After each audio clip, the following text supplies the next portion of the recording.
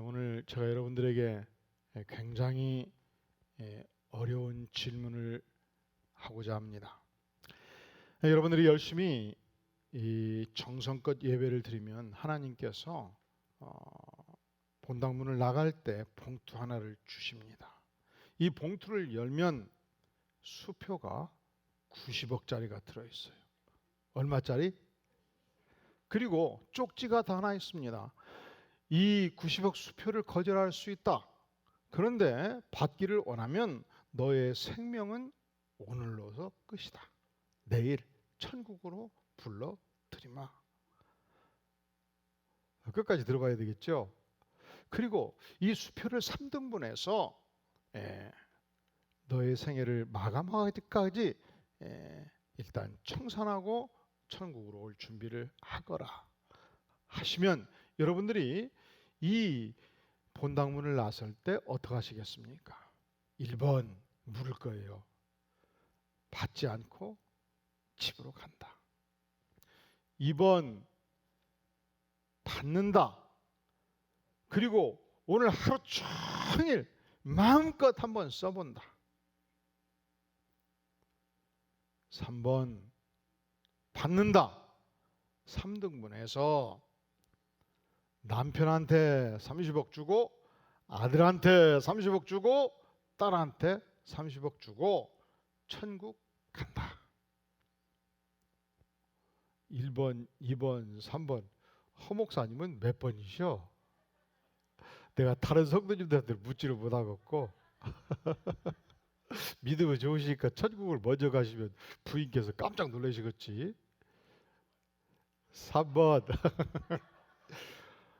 교회에 30억을 내놓으면 돼야.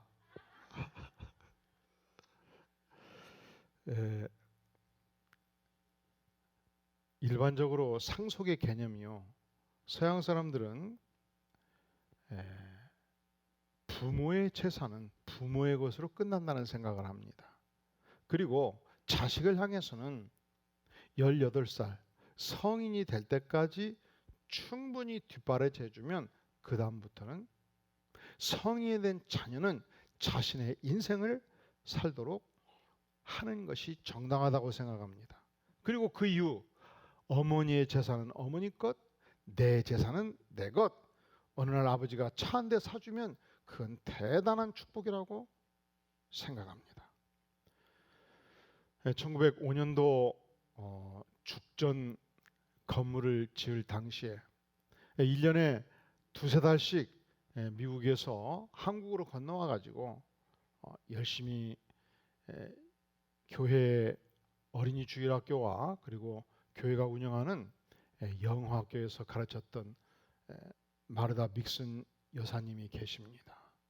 그분이 교회에서 진행되는 이 강력한 건설 운동의 소식을 듣고 어느 날 본인이 소유한 땅을 팔아서 6만 불, 6천만 원을 일시에 헌금을 한 적이 있습니다.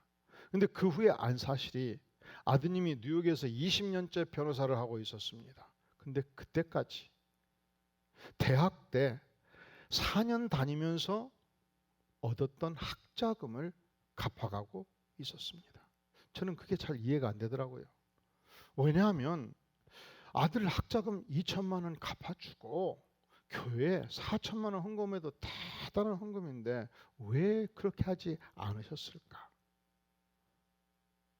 여러분들도 그런 생각하지 않습니까?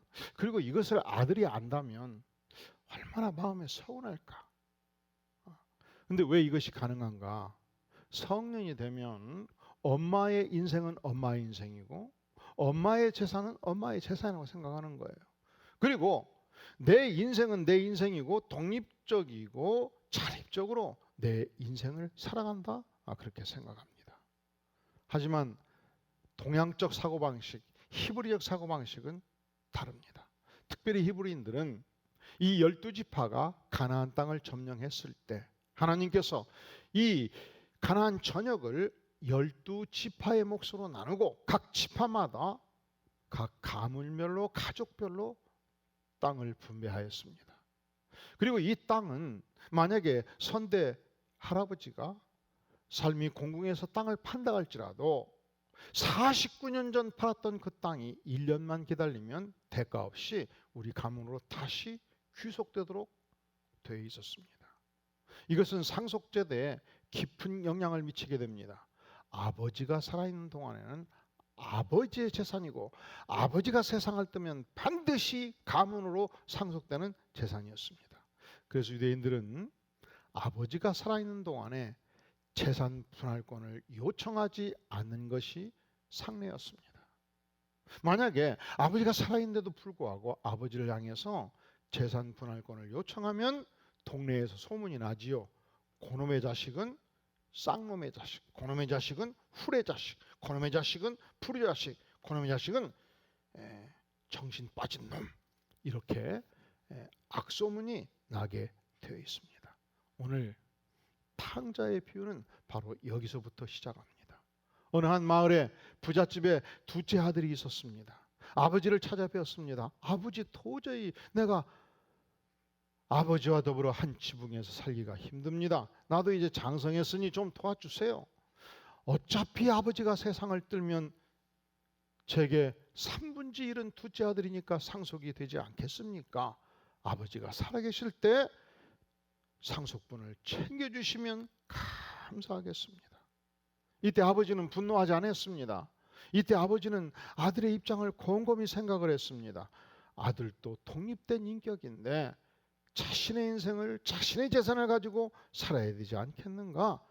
알았다, 내가 챙겨주마. 이 재산, 집안이 가지고 있던 300마지기의 돈 중에서 100마지기를 둘째 아들의 이름으로 등기 이전을 해주게 된 것입니다. 아들은 그 다음 날부터 대단히 바빴습니다. 왜냐하면 아버지가 알지 못하게 이 돈을 팔아치워야 했기 때문에. 드디어 10억 원을 주고 팔아치웠습니다. 그동안에 모았던 1억 원의 자금을 합쳐서 금덩이로 바꾸어서 말 2마리, 마차 한 대 사가지고 밤 12시 야반 도주를 감행을 한 것입니다. 어디로 갔습니까? 아버지의 시선이 미치지 않는 먼 나라로, 환락의 도시로, 이 알렉산드리아라는 도시에 가서 마음껏 먹고 마시고 취했습니다. 날마다 마셔라, 먹어라, 취하라, 이 아름다운 세상에서 마음껏 살아보자 허랑방탕하게 살았습니다. 그런데요, 재산이 참 기가 막힌 거예요. 열심히 아버지가 근검 전략해서 30년 40년 모은 그 재산도요, 돈이 무엇인가를 알지 못하는 나이에 거대한 자금을 붙들고 허랑방탕하면 오래 못 갑니다. 1년 2년이 지나니까 다 말아먹어버린 것입니다. 그는 알거지가 되었습니다. 천하의 거렁뱅이가 된 것입니다. 그런데 온 세상에 흉년이 들었습니다. 흉년이 드니까 부자들도 그날 먹을 양식이 부족한 상황이었습니다. 그가 여기저기 다니면서 저를 품꾼으로 받아 주시옵소서. 새끼 양식만 주시면 무슨 일이든지 하겠습니다. 그를 받아주는 자가 없었습니다. 그런데 한 주인이 불렀습니다. 여기 돼지떼 30마리가 있으니 관리하시오. 새벽이 되면 돼지떼를 몰고 들판에 풀어놓고 해가 떨어지면 돼지우리에 넣기를 바라오. 식사는 돼지가 먹는 쥐엄면에 주워 먹기를 바라오. 유대인들은 가장 혐오하는 동물이 돼지였고 가장 혐오하는 식품이 쥐엄열매였습니다. 레위기 11장 7절에 보면 돼지는 굽이 갈라져 쪽발이로 돼 책임지를 못함으로 너희에게 부정하니 부정하다 했습니다. 너희는 이 고기, 돼지고기를 먹지 말라. 그 주검도 만지지 말라. 이것들은 너희에게 부정하니라. 그래서 유대인들은 돼지고기를 쳐다도 안 봤습니다. 돼지를 대단히 싫어했습니다. 하나님께서 그렇게 만드신 이유가 있지요.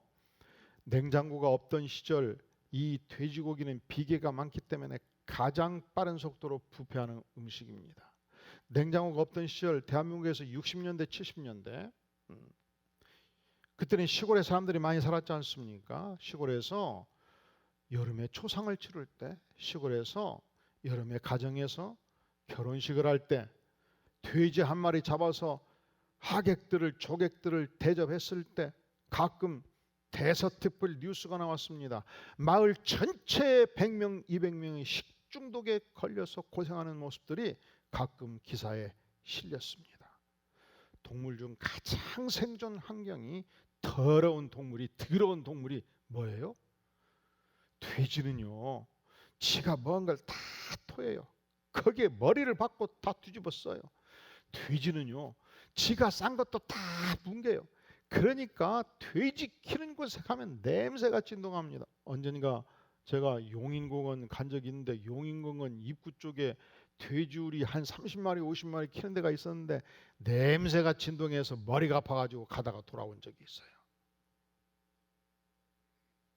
돼지 털은요, 그 털과 털 사이에 각종 해충들이 득실득실합니다. 그래서 여러분, 고기를 먹을 때 소고기는 살짝만 구워도 괜찮아요. 근데 돼지고기는 어떻게 굽습니까? 속까지 완전히 익히지요. 그러니까 하나님께서 이 위생을 모르던 시절, 냉장고가 없던 시절, 하나님의 백성 이스라엘 백성들을 안전하게 건강하게 살도록, 그 생존을 위해서 아예 돼지고기는 쳐다도 보지 말도록, 먹지도 말도록, 키우지도 말도록 가장 혐오하는 동물로 묶어 주신 것입니다. 또한 혐오하는 특별한 이유가 있습니다. 예수님 오시기 170년경 시리아 사람들이 이스라엘을 지배하고 있었습니다. 그 당시 시리아 왕이 안티오코스 4세였습니다. 그런데 이 안티오코스 4세가 유대를 정복하고, 그리고 성전을 정복하고서 그 성전 중심부에 돼지 머리를 박아놓고서 유대인들에게 절하도록 명령했고, 절하지 않는 모든 제사장들과 백성들을 수만 명을 학살한 사건이 있었습니다. 이 사건 이후로 이스라엘 백성들은 돼지를 쳐다도 보지 아니한 것입니다.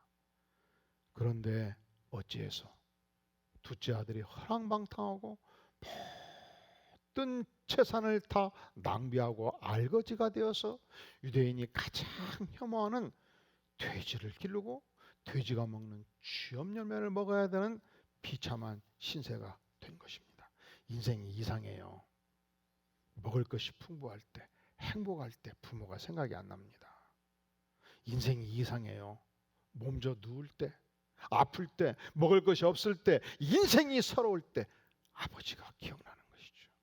그는 아버지를 기억합니다. 그는 아버지의 품을 그리워합니다.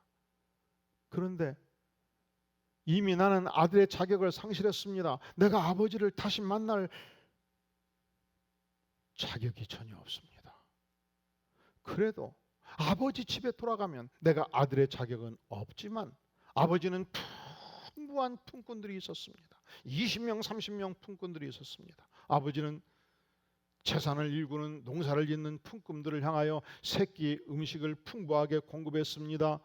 새참 때면 새참을 공급했습니다. 저녁 식사 때는 풍부한 고기 반찬을 공급해 주셨습니다. 그렇다, 내가 아들의 자격은 상실했지만 내가 아버지의 농사를 돕는 품꾼의 자격으로 돌아가리라. 축 처진 어깨로 어기적 고향 땅을 향해서 한 걸음 한 걸음, 어깨가 처진 상태에서, 눈동자가 부러진 상태에서 과연 아버지가 나를 받아주실까? 확신할 수 없는 걸음으로 어기적 그는 고향 땅을 향해서 걷고 있었습니다. 그러면 아버지는 어떠했을까요? 아버지는 아들이 떠났을 때, 야밤도 줬을 때 야속했습니다. 하지만 아버지는 아들을 사랑하는 아들로 여겼습니다. 아버지는 아들을 알았습니다. 그가 선택해서 분깃을 가지고 떠났지만 우리 아들은 허랑방탕할 수 있다는 걸 알았습니다. 그가 재산을 탕진했을 때 나를 기억하고 반드시 돌아오리라. 언젠가 그가 회개하고 돌아오리라. 오배물왕 아들을 기다립니다.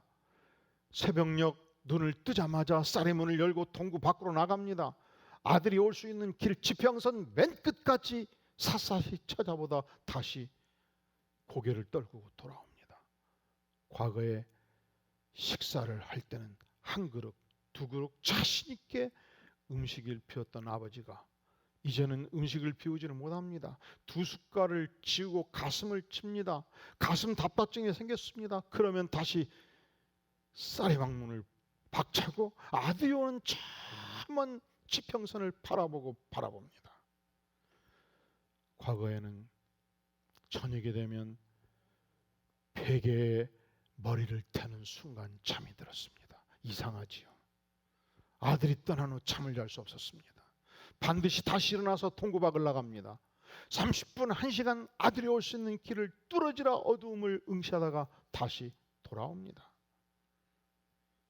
어느 날 새벽 아버지가 눈을 떴습니다. 불현듯 뛰쳐나갑니다. 달려나갑니다. 동구박을 향해서 나갑니다. 지평선 끝을 바라보다가 움직이는 한 점을 봅니다. 아니, 그 점이 아니었습니다. 가까이 오자 막대기가 되었습니다. 이 막대기를 바라보며 아버지는 본능적으로 직감합니다. 내 아들이다. 아버지가 갑자기 전속력으로 달려가기 시작합니다. 유대의 양반들은요 달리지 않습니다. 왜냐하면 유대는 4월부터 10월까지가 여름입니다. 40도를 오르내립니다. 이 더위 속에서 이스라엘 양반들은 천천히 걷는 습관을 가졌습니다. 이스라엘 양반들은 완피스를 입었습니다. 그러니까 옷 자체가 달리는 옷이 아닙니다. 가나안 땅은 하나님의 거룩한 땅이었습니다. 이 거룩한 땅에서 뛰는 것은 경망된 일이라고 여겼습니다. 유대의 유명한 랍비였던 베시락은 말하기를 사람의 걸음걸이는 그 사람의 됨됨이를 말해준다. 유대의 양반들은, 유대의 바리새인들은 점잖하게 걸었습니다. 그러면 아버지가 왜 전속력으로 달려갑니까? 아버지가 양반이 아니기 때문에? 아니죠. 아버지가 소물이기 때문에? 아니죠. 아버지는 아들을 진실로 사랑한 것입니다. 전속력으로 달렸습니다. 아들을 측은히 여겼습니다. 아들의 목을 안고 입을 맞추었습니다. 제1의 파격이 진행된 것입니다. 여기서 멈추지 않습니다. 제2의 파격이 진행됩니다. 아버지가 종들을 향하여 이리 오너라 외칩니다. 가장 아름다운 옷을 내어라. 아들에게 입혀라.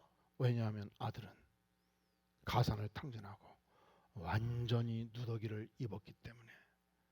이리 오너라. 가문의 가장 아름다운 문양이 새겨진 금가락지를 끼워라. 아들이 허랑방탕했다 할지라도 그가 나에게 돌아왔다면 여전히 이 집안의 아들이다. 살진 송아지를 잡아라. 풍악을 올려라. 성대한 파티를 열어라. 모든 주민들을 초청하라. 아들 귀환의 축하 음악회를 열어라. 조건 없이 모든 주민을 초청하라. 자, 여기까지가 탕자의 비유입니다. 여러분들은 예수 믿고 오늘이기까지 이 말씀을 수십 번 읽었고 수십 번 설교로 들었을 것입니다. 그렇다면 우리 주님께서는 이 비유를 통해서 무엇을 말씀하기를 원하십니까? 우리 주님께서는 이 비유를 통해서 탕자 앞에 과연 하나님은 누구신가를 말씀하십니다. 누구 앞에? 탕자 앞에. 하나님은 누구신가? 하나님은 오늘 이 시대 모든 탕자들을 향하여 반드시 기회 주시기를 원하시는 하나님, 반드시 기다리시는 하나님. 아버지 하나님은 아들을 아셨습니다. 죄 많은 아들을 하셨습니다. 그럼에도 불구하고 그에게 회개의 기회를 주기를 원하셨습니다. 아들이 떠날 때 떠날 기회를 주셨습니다. 아들이 재산을 원할 때 재산을 다룰 수 있는 기회를 주셨습니다. 아들이 타락할 때 타락할 기회까지 주셨습니다. 그리고 회개하고 주 앞에 돌아올 자유를 허락해 주셨습니다. 유명한 문학가였던 C.S. 루이스는 그의 책에서 이런 질문을 해요. 하나님이 인간을 창조할 때 무엇으로 가장 고민하셨을까? 무엇으로 고민하셨을까요? 인간에게 선택의 자유를 과연 줘야 될 것인가? 만약에 이 선택의 자유를 주지 않으면 인간은 기계가 되는 거예요. 인간은 로봇가 되는 것입니다. 인격을 상실합니다. 만약에 이 자유를 준다면 이 자유는 하나님이 창조주 하나님을 향하여 반역할 수 있는 인간을 만들어야만 했기 때문에 그것이 하나님의 가장 큰 고민이었다. 그렇게 말합니다. 그런데 하나님은 우리에게 이 자유를 주셨습니다. 선택의 자유, 그리고 선택에 책임지는 자유, 그리고 그 선택에 대해서 정직하게 자기를 대면하고 하나님께 돌아올 자유를 허락해 주셨습니다. 우리 주님은 이 비유를 통해서 하나님이 누구신가를 말씀하십니다. 첫째로, 하나님은 탕자 앞에서 우리를 끝까지 기다리시는 하나님, 하나님은 탕자 앞에서 반드시 회개의 기회를 주시는 하나님. 우리 주님께서는 이 탕자의 비유를 통해서 우리에게 무엇을 말씀하십니까? 하나님은 어떤 후레자식도 끝까지 사랑하시는 하나님이십니다. 인간은요, 배신자 사랑이 잘 안 돼요. 그죠? 사랑이 잘 돼요? 잘 돼요? 내 인격을 짓밟고 내 재산을 탈취하고 나를 모욕했던 인간들이, 인간 말종들이 사랑이 되냐고요? 저절로 안 됩니다. 몸부림쳐야 돼요. 예수님의 특별한 은혜가 필요해요. 그런데 하나님께서는 인간 말종도 후레 자식도 모든 이웃과 세상이 포기한 사람조차도, 죄악으로 완전히 찌든 인간조차도 하나님은 끝까지 사랑하십니다. 왜냐하면 하나님은 전능하신 하나님이기 때문에 그 사랑을 전능하신 권세로 행사하십니다. 왜냐하면 그분은 진정한 우리 인생의 아버지시기 때문에 그 사랑을 행사하십니다. 혹시 인생을 살면서 지금까지 육신의 아버지가 너무 서운하게 해서 가슴에 응어리를 가진 분들이 계십니까? 육신의 아버지가 어린 시절 너무 학대해서 아버지를 향한 어떤 증오심을 가진 분이 있습니까? 아버지가 등록금을 안 내주셔서 그 대학 시절 남들 행복하게 지낼 때 밤낮없이 알바하면서 눈물 젖은 빵을 먹으며 살았던 세월의 고통을 가진 분들이 있습니까? 이제는 마음의 짐을 내려놓으시기를 바랍니다. 왜냐하면 우리에게는 모든 것을 공급하시는 전능자 하나님이 아버지로 계십니다. 왜냐하면 전능하신 하나님이 나의 아버지라고 말씀하십니다. 왜냐하면 어떤 후레자식도 끝까지 받아주시고 사랑하시는 하나님이 나의 아버지이기 때문에 그렇습니다.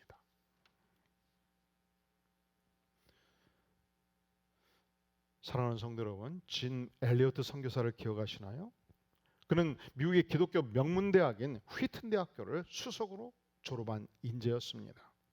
그리스어의 학자로서 자라갈 수 있는 촉망받는 젊은이였습니다. 그는 이미 20대 중반 강력한 설교자였습니다. 그는 휘튼 대학의 레슬링 챔피언십을 가지고 있었습니다. 이렇게 건강하고 이렇게 신락 있고 이렇게 장래가 촉망되는 젊은이가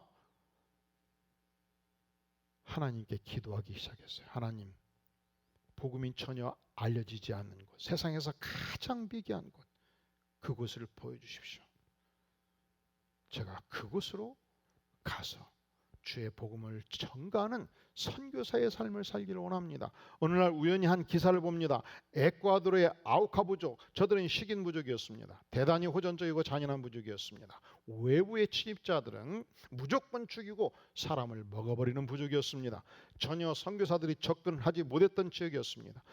그는 이 부족을 위해서 기도하고 준비하고 훈련에 돌입합니다. 그리고 드디어 1956년도 1월 8일 4명의 동료 선교사들과 함께 이 식인 부족을 향해서 저벅저벅 걸어 들어간 것입니다.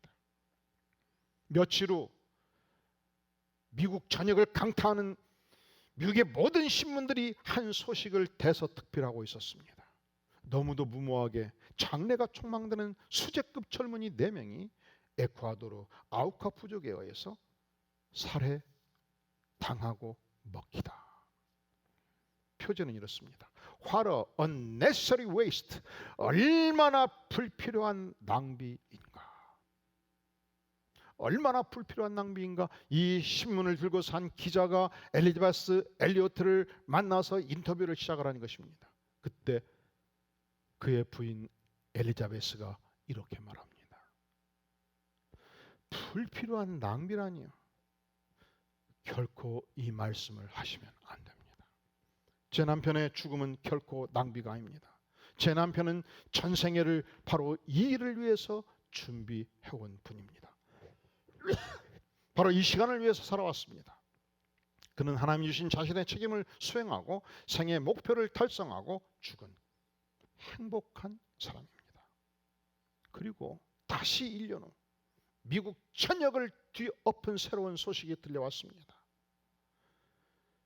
살해당한 짐 엘리어터의 부인 엘리자베스 엘리어터가 1년 동안 간호사 수업을 마친 후 홀몸으로 걸어서 아쿠아 부족 안으로 다시 들어가 버린 것입니다. 자기 남편을 잡아 죽인 부족, 자기 남편을 잡아 죽여서 먹어버린 식인종 그 부족 안으로 걸어 들어가 버린 것입니다. 그런데 살아남았어요. 어떻게? 이 부족은요, 남자만 잡아먹은 거예요. 이 여인은 이 부족의 모든 필요를 채워주기 시작했습니다. 많은 질병으로 고생할 때 의약품을 공급했습니다. 성냥과 칼을 공급했습니다. 음식의 도구를 공급했습니다. 뜨개질을 가르쳤습니다. 5년 동안 전력투구 그들의 필요를 도왔습니다. 이제 5년을 마치고 안식년을 떠날 때 추장은 성대한 파티를 준비해 주었습니다. 만장한 아쿠아 부족 앞에서 추장이 질문합니다. 도대체 엘리자베스, 당신의 정체는 무엇입니까? 도대체 당신은 누구입니까? 도대체 부자 나라, 축복의 나라에서 무엇이 부족해서 이곳에 왔단 말입니까? 이때 이 가냘픈 여인이 일어서서 이렇게 말합니다. 여러분은 5년 전 4명의 백인들을 죽여서 먹은 적이 있으시죠? 기억하시나요?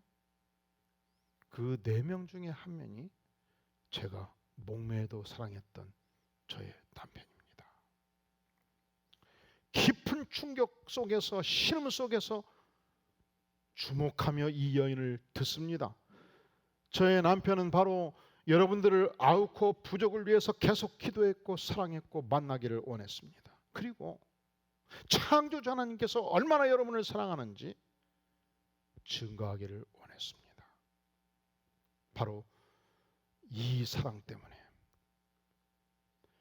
저의 남편의 증거하지 못한 이 사랑을 증거하기 위해서 제가 이곳에 온 것입니다.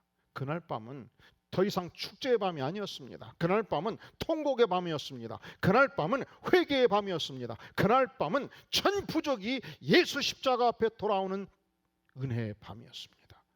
그날 이후 수많은 아우카 부족 사회에 이 복음이 증거되었고 수백 개의 교회가 설립되었고, 그리고 짐 엘리어트의 아들이 자라서 바로 아버지가 죽은 마을의 담임 목사가 되었고, 짐 엘리어트를 죽이고 잡아먹었던 자들이 바로 이 교회에서, 이 마을 교회에서 장로가 되었고 집사가 되었고 차기 담임이 된 것입니다. 오늘 우리는 우리가 믿는 하나님이 누구신가 묻습니다.